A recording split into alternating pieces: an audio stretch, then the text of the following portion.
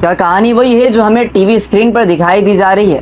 آخر پردے کے پیچھے کون سا ایسا کھیل کھیلا جا رہا ہے جو عوام کی آنکھوں سے بے طرد ہے؟ کیا سب کچھ محض ایک سیاسی اتفاق تھا یا کسی گہری سازش کا حصہ ہے؟ جب نظام کے رکھوالے خود سوالوں کے کٹگھرے میں کھڑے ہوں تو سچ کون بولے گا؟ ہم سب جانتے ہیں کہ سیاست کے اس بازار میں ہر چہرہ بے نقاب ہو چکا ہے، لیکن آج ہم اس نقاب کو ہٹانے لگے ہیں اور سچ آپ کے سامنے رکھنے والے ہیں۔ ذرا سوچئے، اگر یہ الزام غلط تھا تو اتنا شور کیوں مچا؟ اگر سب کچھ قانون کے دائرے میں ہو رہا تھا تو پھر سڑکوں پر یہ طوفان کیوں اٹھا؟ کیا یہ واقعی انصاف کی لڑائی ہے یا اقتدار کی سندھی ہوس کا نیا باب جو ہم برسوں سے دیکھنے آ رہے ہیں؟ ہمیں یہ سمجھنا ہوگا کہ جب کھیل بڑا ہو تو مہرے بھی خاصے بڑے ہوتے ہیں، بڑے تول کے استعمال کیے جاتے ہیں، اور ہم نے یہ بات دیکھا ہے کہ اس بار بلی کا بکرا کوئی اور بننا ہے۔ ابھی کچھ دیر پہلے حسن نثار صاحب کی ایک ویڈیو سامنے آئی جس میں انہوں نے سیاسی گلیاروں میں ہلچل مچا دی۔ اس ویڈیو میں انہوں نے جس باوقی سے حالات کا تجزیہ کیا، اس نے باشعور انسان کو سوچنے پر مجبور کر دیا ہے کہ سوال یہ پیدا ہوتا ہے کہ آخر حسن نثار ہر بار اتنی تلخ سچائی اتنی صفائی سے کیسے بیان کر دیتا ہے؟ کیا ان کی کہی ہوئی بات پر ہم آنکھ بند کر کے یقین کر لیں؟ پھر زمینی حقائق کچھ اور کہانی سناتے ہیں۔ ہمیں اس گہرائی میں اترنا ہوگا جہاں بڑے بڑے ناموں کی چمک دمک ہے۔ خیبر پختونخوا کے وزیر اعلیٰ سہیل افریدی کا وہ بیان جس میں انہوں نے نوجوانوں کو تیاری کا حکم دیا، وہ محض جذباتی نعرہ نہیں تھا، یا پھر اس اعلان کا جنگ کا اعلان تھا جو ابھی آگے ہونے والی ہے، اس کے پیچھے کوئی بڑا سیاسی پلان تھا۔ ہم ایک بات پوچھتے ہیں، کیا اس طرح کے کھلے چیلنجز سے نظام میں سدھار آ سکتا ہے یا انارکی اور بڑھ سکتی ہے؟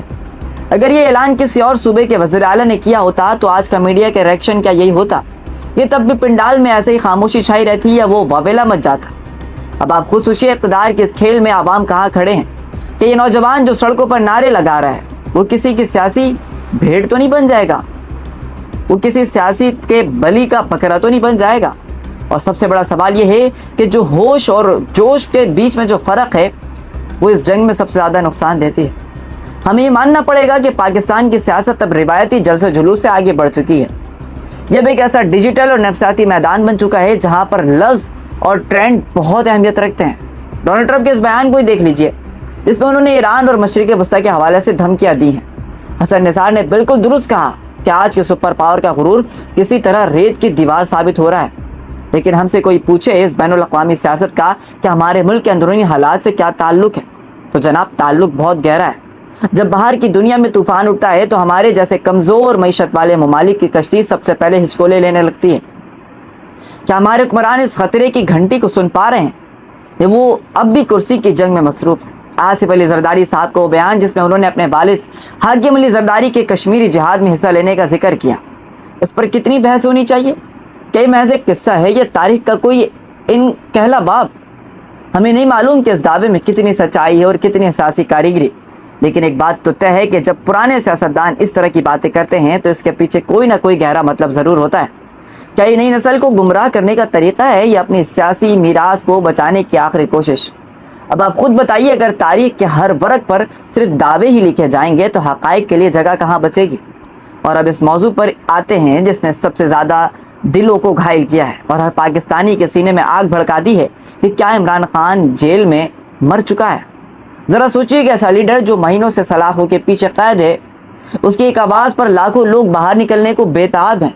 حسن نثار نے بالکل ٹھیک کہا کہ پوری انسانی تاریخ میں ٹریجک ہیمرز کی اصل ہیرو ہی بنتے ہیں، چاہے وہ کربلا کا واقعہ ہو، چاہے وہ ٹیپو سلطان کی شہادت کا واقعہ ہو، چاہے وہ اسٹاپٹ سا وہ تاریخی کردار جب ہر غلام نے اٹھ کر کہا کہ ہم اسپاٹکس ہیں۔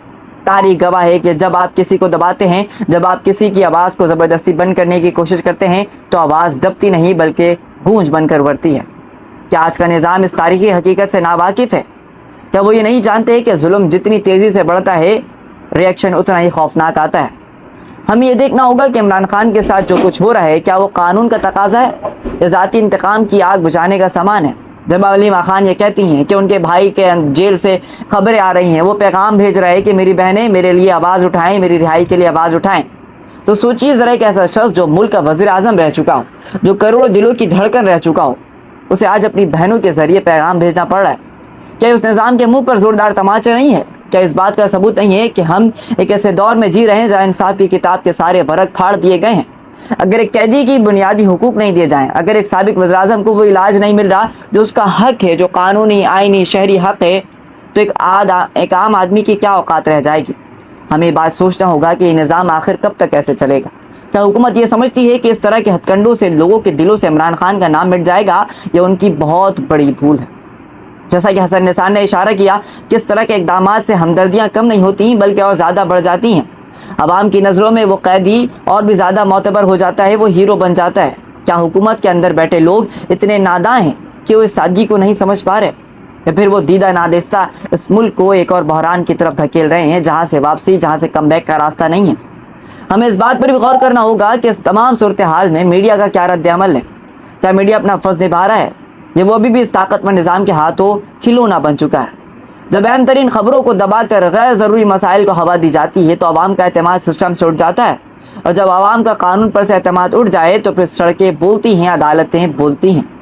تو ہم ایک بار پھر اس خطرناک موڑ پر کھڑے ہیں جہاں تاریخ کے بہت اپنے آپ کو دہرانے جا رہی ہے۔ ذرا اس بات پر غور کیجیے گا کہ جب بھٹو صاحب کو پھانسی دی گئی تو کیا ان کی سیاست ختم ہو گئی؟ نہیں، اس کے بعد ان کا نام اور زیادہ امر ہو گیا۔ اگر ان کو پھانسی نہ دی جاتی تو شاید آج بھٹو مر جاتا، لیکن آج بھٹو زندہ ہے۔ سقراط کا وہ پیالہ، اگر وہ زہر کا پیالہ نہ پیتا تو اتنا بڑا فلسفر نہ مانا جاتا۔ یہ کڑوی حقیقت ہے۔ اس دنیا میں مظلوم اور ٹریجڈک ہیرو ہی ہمیشہ کے لیے امر ہوتے ہیں۔ تو پھر آج کے حکمران اس تاریخی سبق کو کیوں بھول چکے ہیں؟ کیا وہ جانتے ہیں کہ آنے والی نسلیں انہیں ظالم اور جابر کے طور پر یاد رکھیں؟ ہمیں یہ بات سمجھنی ہوگی کہ کرسی اور اقتدار کی فانی ہے، لیکن جو تاریخ آپ لکھ کر جاتے ہیں وہ ہمیشہ زندہ رہتی ہے۔ اب سوال یہ اٹھتا ہے کہ اس ساری صورتحال میں ہم سب کیا کر رہے ہیں؟ کیا ہم خاموش تماشائی بنے رہیں گے اور اس نظام کو یوں ہی دیکھتے رہیں گے، یا پھر اٹھیں گے اور سچ کا ساتھ دیں گے اور جو چاہے حالات کو تبدیل کریں گے؟ ہمیں ایک فیصلہ کرنا ہوگا، وہ بھی آج کرنا ہوگا، کیونکہ کل تک بہت دیر ہو سکتی ہے۔ کیونکہ اگر آج ہم نے آواز نہ اٹھائی تو کل باری ہماری آ سکتی ہے۔ یہ نظام کسی کا سگا نہیں ہے، یہ صرف طاقت کو پہچانتا ہے اور کمزور کو کچلنا، اور اس کی پرانی عادت ہے۔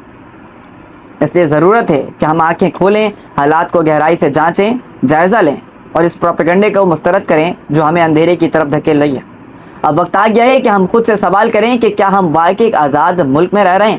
کیا ہمارے فیصلے ہمارے اپنے قانون اور ہمارے مفاد کے لیے کیے جا رہے ہیں؟ یہ وہ سوالات ہیں جن کے جواب ہر باشعور پاکستانی تلاش کر رہا ہے۔ اگر اب بھی ہم خاموش رہے نا تو تاریخ ہمیں کبھی معاف نہیں کرے گی۔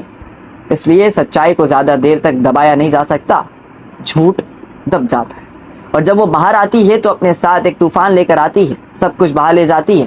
کیا آپ تیار ہیں اس طوفان کا سامنا کرنے کے لیے؟ کیا آپ کے پاس اتنی ہمت ہے، اتنی طاقت ہے کہ آپ اس جھوٹ کے خلاف کھڑے ہو سکیں؟ یہ سوال میں نہیں پوچھ رہا، یہ سوال ہر پاکستانی پوچھ رہا ہے۔ یہ سوال میں آپ پر بھی چھوڑتا ہوں، کیونکہ فیصلہ آپ کو کرنا ہے، آپ کے بچوں کو کرنا ہے، اور اس ملک کے مستقبل کو کرنا ہے۔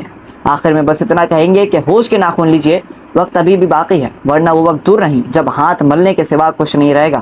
سوچیے گا ضرور، کیونکہ سوچنا ہی انسان کو حیوان سے الگ کرتا ہے۔ اب آپ بتائیے گا، اصل کھیل چہروں کا ہے، مدعوں کا، کہ یہ ٹرینڈ جیت رہا ہے یا سچائی کی آواز جو ہر دل میں ہے وہ بن چکی ہے؟